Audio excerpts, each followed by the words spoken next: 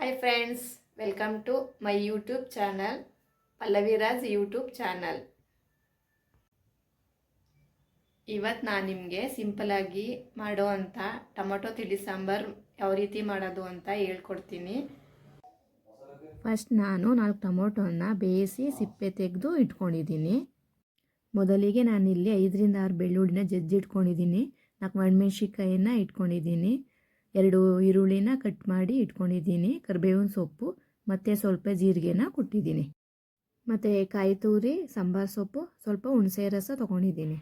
ಬೇಯಿಸಿದ ಟೊಮೊಟೊನ ಮಿಕ್ಸಿ ಜಾರ್ಗೆ ಹಾಕಿ ರುಬ್ಬಿದ್ದೀನಿ. ಸಣ್ಣದಾಗೆ ರುಬ್ಕೋಬೇಕು ಅಂತೇನಿಲ್ಲ, ದಪ್ಪ ದಪ್ಪಾಗೆ ರುಬ್ಬಿದರೂ ಆಗುತ್ತೆ. ಎಣ್ಣೆ ಬಿಸಿ ಆದಮೇಲೆ ಸಾಸಿವೆ ಹಾಕಿದ್ದೀನಿ. ಒಣಮೆಣ್ಸಿನ್ಕಾಯಿ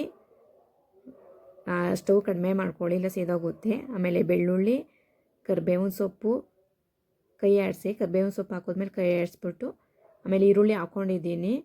ಈರುಳ್ಳಿ ಹಾಕೊಂಡ್ಮೇಲೆ 4 ಬೇಯಿಸಿ ಟೊಮೊಟೊನ ರುಬ್ಬಿದ್ವಲ್ಲ, ಆ ರುಬ್ಬಿರೋದನ್ನ ಹಾಕೋತಾ ಇದ್ದೀನಿ.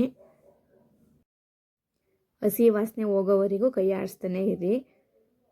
ಒಗ್ಗರಣೆದು ಸ್ಮೆಲ್ ಆಗಲೇ ಘಮ ಘಮ ಅಂತ ಬರ್ತಾ ಇರುತ್ತೆ. ಅದಾದಮೇಲೆ ನಿಮಗೆ ಎಷ್ಟು ಬೇಕೋ ಅಷ್ಟು ನೀರನ್ನ ಸೇರಿಸ್ಕೊಳ್ಳಿ. ನಿಮ್ಗೇನಾದರೂ ಗಟ್ಟಿಯಾಗಿರಬೇಕು ಅಂದರೆ ಕಡಿಮೆ ನೀರು ಹಾಕ್ಕೊಳ್ಳಿ, ಇಲ್ಲ ಸ್ವಲ್ಪ ತೆಳ್ಳಗೆ ಇರಲಿ ಅಂತಂದರೆ ಜಾಸ್ತಿ ನೀರು ಹಾಕ್ಕೊಳ್ಳಿ. ಆ್ಯಂಡ್ ಲಾಸ್ಟಲ್ಲಿ ಕಾಯಿ ತುರಿ ಮತ್ತು ಸಾಂಬಾರು ಸೊಪ್ಪು ಹಾಕ್ಕೊಳ್ಳಿ. ಸಾಂಬಾರು ಸೊಪ್ಪು ಕಾಯಿ ತುರಿ ಹಾಕಿದ ಮೇಲೆ ರುಚಿಗೆ ತಕ್ಕಷ್ಟು ಉಪ್ಪು ಹಾಕ್ಕೊಳ್ಳಿ. ಟೇಸ್ಟ್ ನೋಡಿಕೊಂಡು ಖಾರ ಬೇಕು ಅಂದರೆ ಮನೇಲೇ ಇರುತ್ತಲ್ಲ ಖಾರದ ಪುಡಿ, ಅದನ್ನೇ ಹಾಕ್ಕೊಳ್ಳಿ. ಅದನ್ನು ಹಾಕ್ಕೊಂಬಿಟ್ಟು 2 ನಿಮಿಷ ಬೇಯಿಸ್ಕೊಳ್ಳಿ, ಸಾಕು. ತುಂಬ ಚೆನ್ನಾಗಿ ಬರುತ್ತೆ ಟೊಮೊಟೊ ತಿಳಿ ಸಾಂಬಾರು. ಇಲ್ಲಿ ಬಿಸಿ ಬಿಸಿ ಅನ್ನದ ಜೊತೆ ಟೊಮೊಟೊ ತಿಳಿ ಸಾಂಬಾರು ನೋಡ್ತಾ ಇದ್ದೀರಾ, ಸೂಪರಾಗಿ ಬಂದಿದೆ.